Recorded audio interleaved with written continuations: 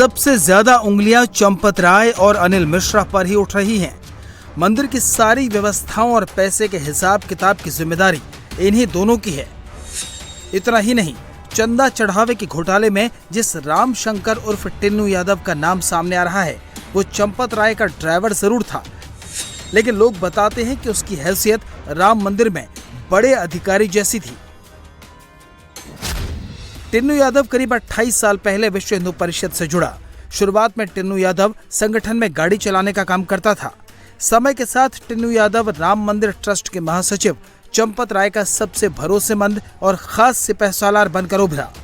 चंपत राय के करीबी होने के कारण टिन्नू यादव के पास मंदिर परिसर की दर्शन व्यवस्था, सुरक्षा प्रबंध, मैन पावर और सबसे महत्वपूर्ण रूप से श्रद्धालुओं के चढ़ावे और दानपेटी के कलेक्शन की देखरेख की जिम्मेदारी थी। दानपेटी से निकलने वाले चढ़ावे और कीमती जेवरों को बैंक में जमा कराने का मुख्य काम भी टिन्नू यादव ही संभालता था। आरोप लग रहे हैं कि टिन्नू यादव की हरकतों की शिकायत जब चंपत राय से की गई तो उन्होंने कोई एक्शन नहीं लिया। इसलिए चंपत राय की भूमिका और उनकी जवाबदेही पर भी गंभीर सवाल उठाए जा रहे हैं। ट्रस्ट के दूसरे मेंबर जिन पर उंगली उठ रही है वो हैं अनिल मिश्रा। अनिल मिश्रा के जिम्मे मंदिर के रोजमर्रा के काम और चढ़ावे की गिनती थी। अनिल मिश्रा की संपत्ति भी पिछले 5 साल में कई गुना बढ़ गई। अनिल मिश्रा ने अयोध्या में आलीशान घर बनवाया है, इस वजह से वो निगाह में आ गए। अब एफआईआर दर्ज होने के बाद माना जा रहा है कि चंपत राय और अनिल मिश्रा को भी जांच के दायरे में लाया जाएगा। करोड़ों लोगों की आस्था पे चोट है, इसलिए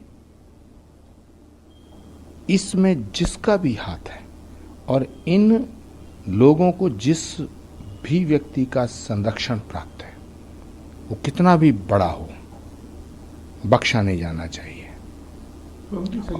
और मैं एक निवेदन और करना चाहता हूं, क्योंकि ये आस्था, श्रद्धा और विश्वास का मामला है।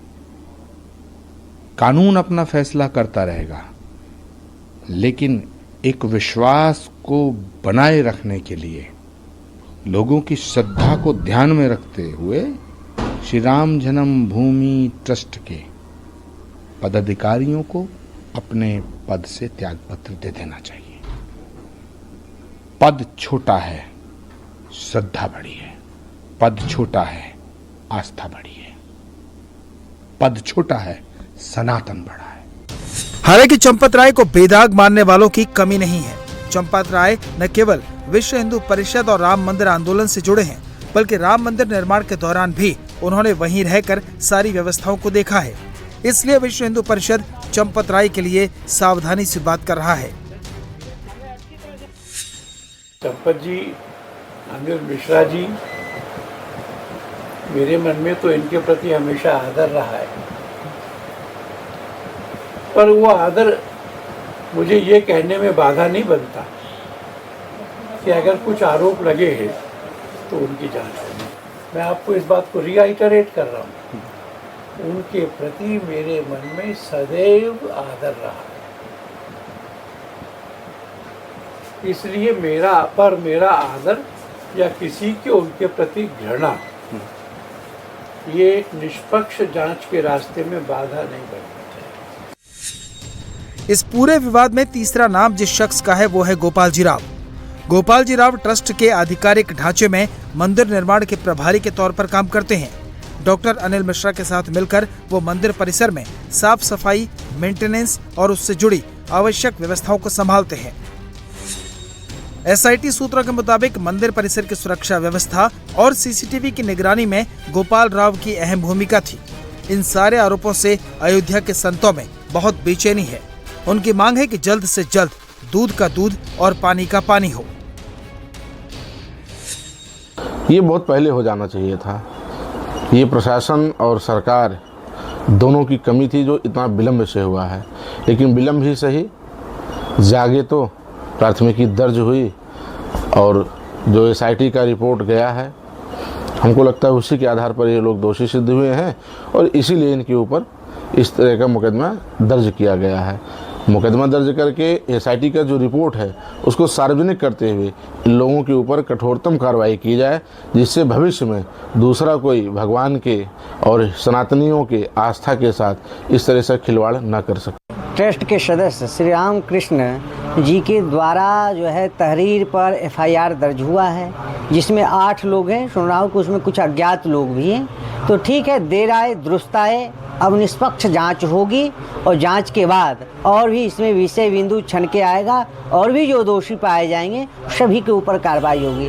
पूज्य योगी आदित्यनाथ जी ने कहा था कि किसी प्रकार का कोई दोषी बख्शे नहीं जाएंगे, चाहे वह जो भी दोषी होगा।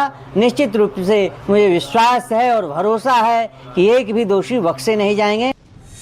एक तरफ जहां एसआईटी और पुलिस दोनों लगातार घोटाले की परतें उधेड़ रहे हैं, तो वहीं संतों को इसमें साजिश की बू भी आ रही है। वो सारे के सारे सपाई हैं, समाजवादी पार्टी से जुड़े रहे हैं। और तभी हम लोगों को बड़ा आश्चर्य हो रहा था कि इतना बड़ा श्री राम मंदिर में कांड हो गया और किसी को भनक तक नहीं लगी। और सबसे पहले अखिलेश यादव का बयान आ रहा है, क्या बात है। ये तो जब अभी एफआईआर दर्ज हुई, जब उन लोगों की छानबीन हुई, तब पता लगा कि जितने सपाई थे वहाँ घुसे थे, यही चोरी करने वाले हैं, यही बताने वाले हैं, यही ट्रस्ट को, ट्रस्टियों को, राम मंदिर को बदनाम करने वाले हैं।